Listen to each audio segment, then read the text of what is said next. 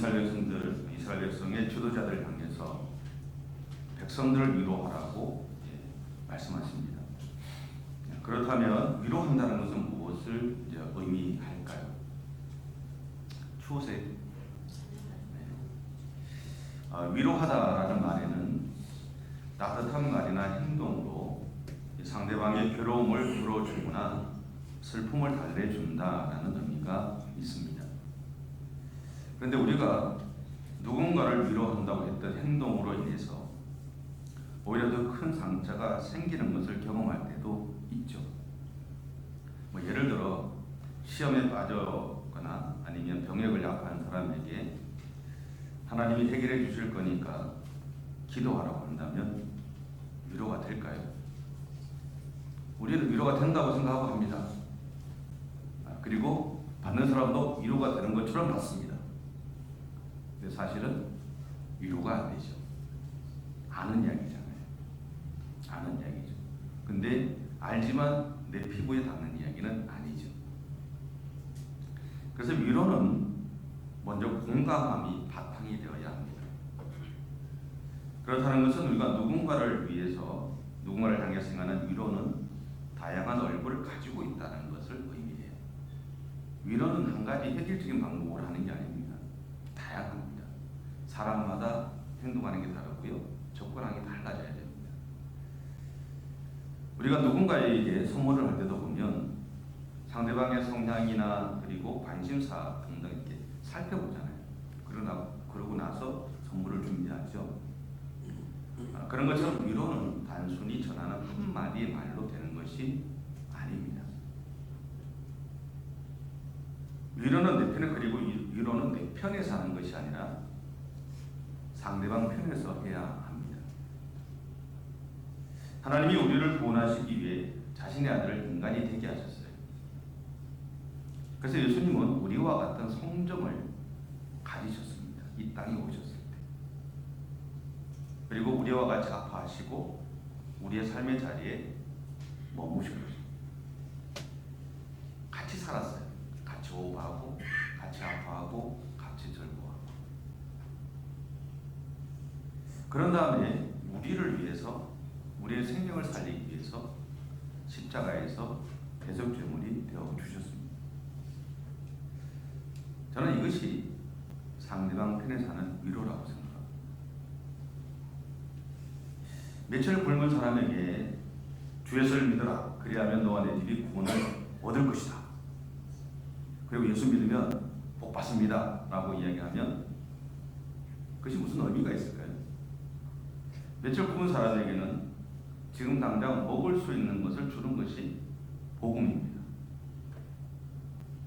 그리고 지금 당장 그가 무엇인가를 먹을 수 있게 하는 것이 진정한 구원입니다. 그래서 바울은 고린도전서 13장 1절부터 3절을 통해 이렇게 말했습니다. 제가 읽을게요. 내가 사람의 방언과 천사의 말을 할지라도 사랑이 없으면 소리나는 구리와 울리는 꽹과리가 되고, 내가 예언하는 능력이 있어 모든 비밀과 모든 지식을 알고 또 산을 옮길 만한 모든 믿음이 있을지라도 사랑이 없으면 내가 아무것도 아니요 내가 내게 있는 모든 것으로 구제하고 또 내 몸을 불사르게 내줄지라도 사랑이 없으면 내게 아무 유익이 없느니라. 여러분, 위로에는 이렇게 행동이 따라와야 합니다. 예전에도 말씀드린 적이 있는 이야기입니다. 다른 교회에서 청년들을 지도할 때 청년부 2부 예배를 마치고 이제 나가는데 여자 청년 아이 하나가 이렇게 얼굴에 세상 모든 의심을 다 이렇게 하고 앉아있는 거예요. 쑥 지나가다가 다시 돌아갔어요. 쑥 지나가다가 다시 돌아가서 보니까 이야기할 상태도 아니고 그냥 그게 있는 거예요. 그래서 죄송합니다. 근데 우리 사람 얘기 있으니까 괜찮습니다. 그 여자 청년 손을 꼭 잡아줬어요. 한참을 좀 있었어요. 한마디 말도 안 하고 그냥 잡아주고 있다가 간다 하고 갔어요. 얼마 시간이 지난 다음에 이 여자 청년이 저한테 찾아왔어요. 이렇게 얘기합니다. 목사님 그때 제가 너무너무 힘들었습니다. 근데 그때 목사님 제 손을 잡아주신 그 시간이 제게는 너무나 큰 위로가 되었습니다. 그때 제가 그렇게 얘기했어요. 그러면 됐다. 여러분, 위로는요, 우리의 의도와는 상관없이 그 상대방을 향한 우리의 작은 관심에서 그 힘을 드러냅니다. 오늘 하나님은 본문을 통해 이스라엘 공동체의 지도자들에게 백성들을 향해 관심을 가지라고 부탁하고 계신 거예요. 위로하라는 이야기는 다르게 표현하면요, 이스라엘 백성들 향해서 관심을 가지라는 거예요. 백성들의 마음에 그리고 그들의 삶에 공감해야 한다라고 말씀하고 계신 겁니다. 개구리가 올챙이 시절 모른다 그러잖아요. 그죠? 뭐 저 같은 목사도 마찬가지입니다. 처음 목사 안수 받았을 때 신학 처음에 목회하겠다고 신학교 딱 들어갈 때 발딱 뛰던 그때하고 지금하고는 다르죠. 재미를 보면 그때 설교했던 걸 보면 이게 무슨 설교라고 이렇게 했어 이렇게 얘기합니다. 그런데 또 돌아보면 지금 그럼 당신은 그때처럼 막 발딱 뛰던 그런 게 있냐? 글쎄요, 그때보다 덜한 것 같아요. 그런 이야기를 할 수밖에 없어요. 이 말처럼 우리는 너무나 쉽게 지금의 현실에 적응하며 살아갑니다. 예전에 어려울 때 나를 도와줬던 사람이나 그 사람을 어느 정도의 시간이 지나면 우리는 잊어버립니다. 그리고 내가 힘들 때 쉽게 말하고 행동했던 사람들처럼 나 또한 그렇게 행동하고 있는 자신을 보게 됩니다. 그럼에도 그렇게라도 행동하고 있는 자신을 본다는 것은요, 그래도 어느 정도는 개선될 가능성이 있습니다. 그렇게라도 본다면. 근데 아예 생각도 못하는 사람이 있어요. 근데 그런 분들은 변화될 가능성도 없고 사실 성숙할 가능성도 없습니다. 여러분, 제가 하나 제안하고 싶은 거예요. 내가 누군가에 베푼 것은요, 잊어버리십시오. 내가 누군가에게 베풀어줬던 것은 잊으시고, 반면에 내가 누군가에게서 받았던 사랑이나 관심은 반드시 기억하십시오. 내가 준 것은 잊어버리고 받은 것은 기억하면서 하십시오. 우리는 많이 거꾸로 하잖아요. 준 건 기억하고 받은 건 잊어버리잖아요. 그죠? 우리 지금까지 그렇게 살았다면 이제는 바꾸자고요. 준 거는 잊어버리고 받은 거는 기억하면서 하십시다. 그죠? 우리가 하나님을 준 것보다 받은 게 더 많잖아요. 그래서 우리가 하나님을 기억하며 살아야 되는 거잖아요. 그죠? 오늘 예원 참된교회에서 믿음의 공동체로 살아가는 우리에게 하나님 이 시간 우리가 서로의 삶에 공감하려고 노력해야 된다고 말씀하고 계십니다. 그래서 서로의 마음을 살피며 살아가라고 부탁하시는 거예요. 그렇다고 해서 100% 다 할 수는 없습니다. 할 수 있는 만큼 한 걸음씩 하는 겁니다. 갑자기 안 하던 사람이 갑자기 확 덤비면 미쳤다고 생각해요. 그렇잖아요. 미쳤거나 아니면 무섭잖아요. 그죠? 그렇게 하지 마시고 천천히. 한 가지 예를 들까요? 예전에 제가 들은 예화입니다. 어느 목사님이, 우리도 그랜드 피아노 있잖아요. 근데 이분은 그 그랜드 피아노를 보니까 위치가 마음에 안 들더래요. 근데 여러분 그거 아세요? 찬양대하고 이 악기를 함부로 건드리면 안 됩니다. 전쟁 나거든요, 교회에서는. 그래서 이분이 어떻게 했느냐? 한 주마다, 일주일마다 1mm씩 옮깁니다. 1mm씩. 한 주에 1mm씩 옮겼다. 그래서 자기가 원하는 위치로 딱 옮겼대요. 얼마나 오래 걸렸겠어요, 그죠? 근데 그렇게 옮기니 모르지요. 아는 사람이 하나도 없어. 왜? 옮긴 목사님만 아는 거야. 그죠? 제가 이야기하는 뭐냐면 그렇게 하자고요. 그렇게. 하는 나도 잘 모르고 받는 사람도 잘 모르고 크게 하라는 게 아니라 갑자기 바뀌라는 게 아니라 그렇게 조금씩 해보자는 거죠.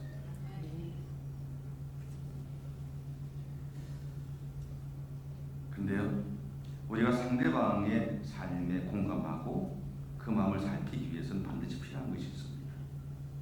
하다 보니까 오전 예배와 전제때 이게 겹쳐졌는데, 상대방을 향한 사랑의 마음이 있어야, 다시 말해 상대방을 향한 사랑이 전제되어야 된다.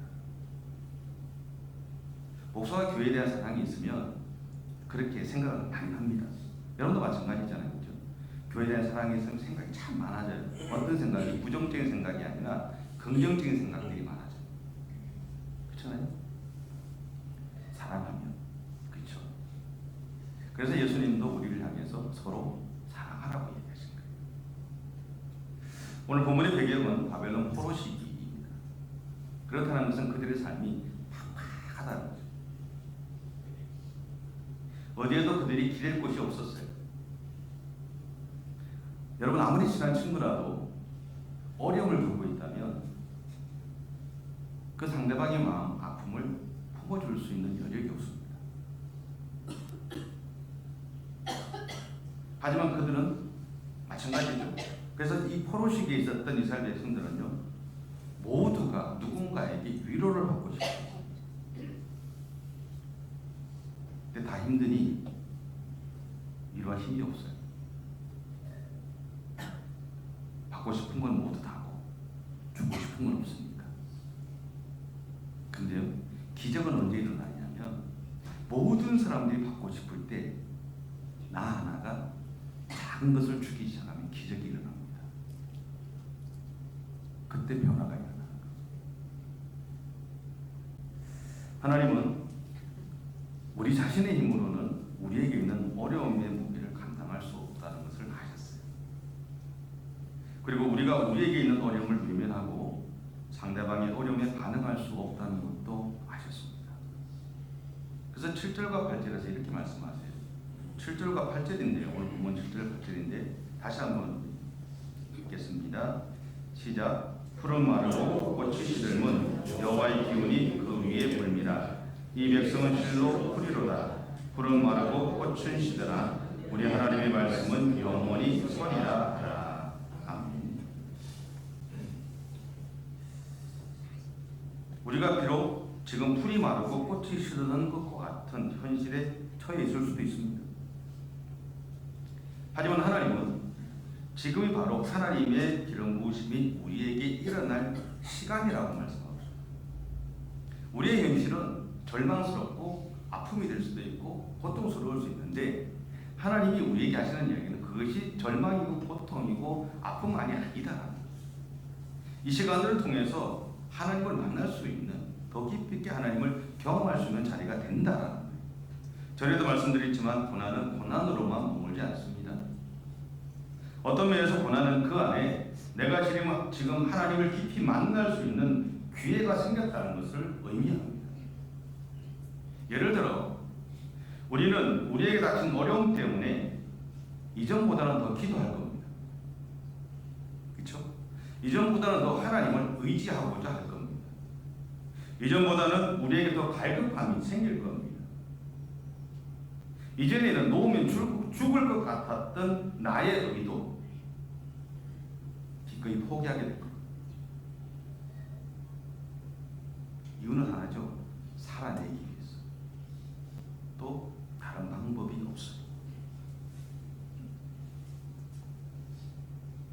여러분, 이러한 변화는요, 우리가 하나님의 은혜를 받을 준비가 되었다는 것을 의미합니다. 고난이, 아픔이, 슬픔이 그냥 아픔이고 고난이고 슬픔이 아니라고 생각하십시오. 그 사건 이면에 내가 다시 하나님을 더 깊이 만날 수 있는 일이 생긴다는 것을 생각하셔야 돼요. 그리고 여러분을 찾아오시는 하나님을 만나셔야 돼요. 그분은 찾아오세요. 힘든 사람 주변에 아시죠? 여러분 주변에 힘든 사람이 있으면 어떻게 하세요? 어떻게 하든 그 사람을 도와주려고 애를 쓰죠. 우리도 그러는데 하나님은 안 그러시겠어요? 우리도 그러는데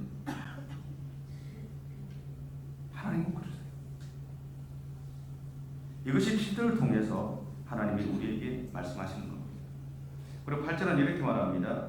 우리에게 일어나는 고난으로 우리의 삶에서 풀도 마르고 꽃도 시드는 일이 일어났거든. 하지만 그럼에도 하나님의 말씀은 우리 안에서 계속 살아 움직인다. 어린이 우리 가운데 있어도 분명한 것은 뭐냐면 하나님은 계속해서 우리의 삶 가운데 일하고 계신다는 거예요. 역사하시겠다는 거예요. 변화를 일으키시겠다는 거예요. 잠언 3장 5절부터 8절은 이렇게 말합니다. 너는 마음을 다하여 여호와를 신뢰하고 내 명철을 의지하지 말라. 어떤 내용 같이 한번 읽겠습니다. 너는 마음을 다하여 여호와를 신뢰하고 내 명철을 의지하지 말라. 너는 범사의 그를 인정하라. 그리하면 내 길을 지도하시리라. 스스로 지혜롭게 여기지 말지어다. 여호와를 경외하며 악을 떠날지어다. 이것이 내 몸의 양약이 되어 내 골수를 윤택하게 하리라. 또한 히브리서 기자는 히브리서 4장 12절과 13절에서 이렇게 말합니다. 같이 한번 읽겠습니다. 하나님의 말씀은 살아있고 활력이 있어 좌우의 날선 어떤 검보다 예리하여魂과 영과 및 관절과 골수를 찔러 쪼개기까지 하며 또 마음의 생각과 뜻을 판단하나니 지으신 것이 하나도 그 앞에 나타나지 않음이 없고 우리의 결산을 받으실 이의 눈앞에 만물이 벌써 벌거벗은 것 같이 드러나느니라. 아멘. 이 말씀들을 통해서 하나님이 우리에게 말씀하시고자 하는 것이 있습니다.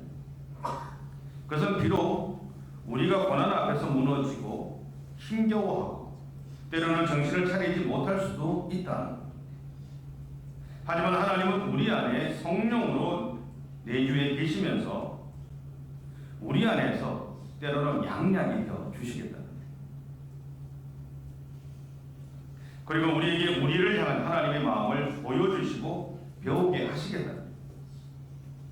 또한 우리가 소망을 품고 세상에서 하나님의 백성으로 살아갈 수 있는 힘을 공급해 주시겠다. 여러분, 하나님은 이렇게 오늘 우리가 하나님의 사람으로 살아가게 도우십니다. 또한 우리에게 어려움에 있는 사람을 볼 수 있게 하실 겁니다. 도와주십시오. 보면 도와주시고 기도하십시오. 그리고 그들을 돌아보고 그들을 위로할 수 있는 힘도 주실 겁니다. 위로는 내 힘으로 하는 게 아니라 하나님이 하시게 하는 겁니다. 하나님이 나를 도구로 사용하셔서 일하실 때 일어납니다. 분명한 것은 우리 안에서 이 일을 행하시는 분은 하나님이죠.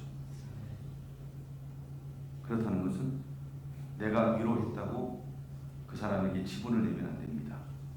무슨 말인지 아시죠? 내가 위로했으니. 아니요. 앞에서 제가 말씀드렸죠.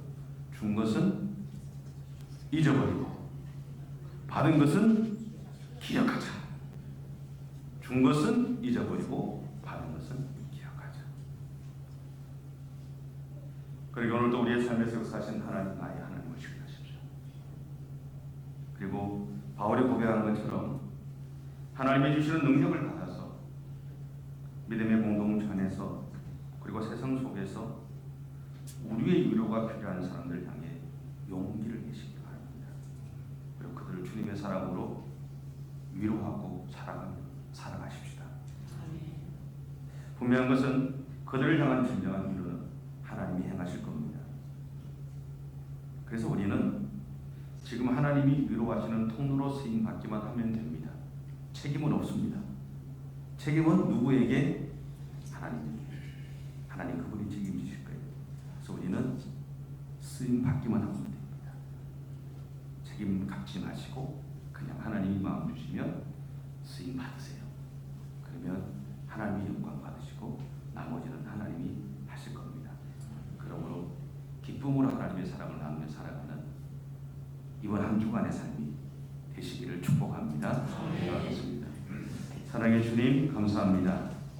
우리를 하나님의 사랑으로 사랑해 주시고 우리의 삶을 인도해 주셔서 감사합니다. 우리가 받은 은혜와 사랑을 우리가 기억하고 하나님 우리에게 준 한 주간의 삶들 속에서 그 사랑과 그 은혜를 나누며 살아가는 우리 모두의 생애가 되어줄 수 있도록 하나님 인도해 주옵소서. 그래서 하나님 나를 도구로 쓰시는 하나님의 손에 붙잡혀 살아가면서 수많은 사람들을 위로하고 격려하는 일들을 감당하는 우리 모두가 되어줄 수 있도록 하나님 우리의 삶에 기름 부어 주시옵소서. 감사드리며 예수님의 이름으로 기도드립니다.